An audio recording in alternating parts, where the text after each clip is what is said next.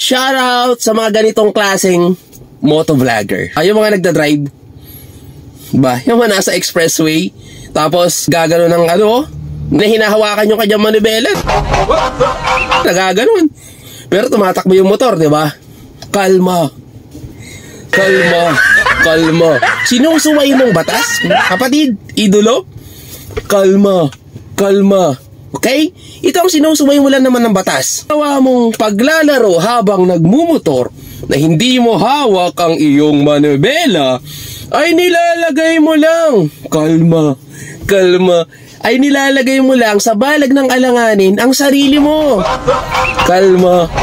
Kalma. Of course, lahat ng gumagamit ng kalsada na kasabayan mo during that time, nilalagay mo ang buhay nila sa alanganin.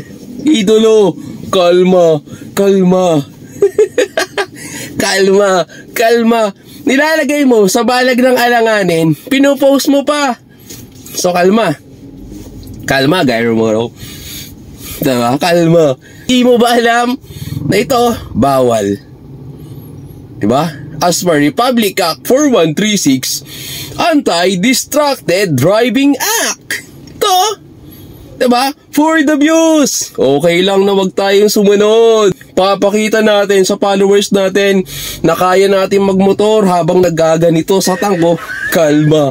Kalma. Galing yun,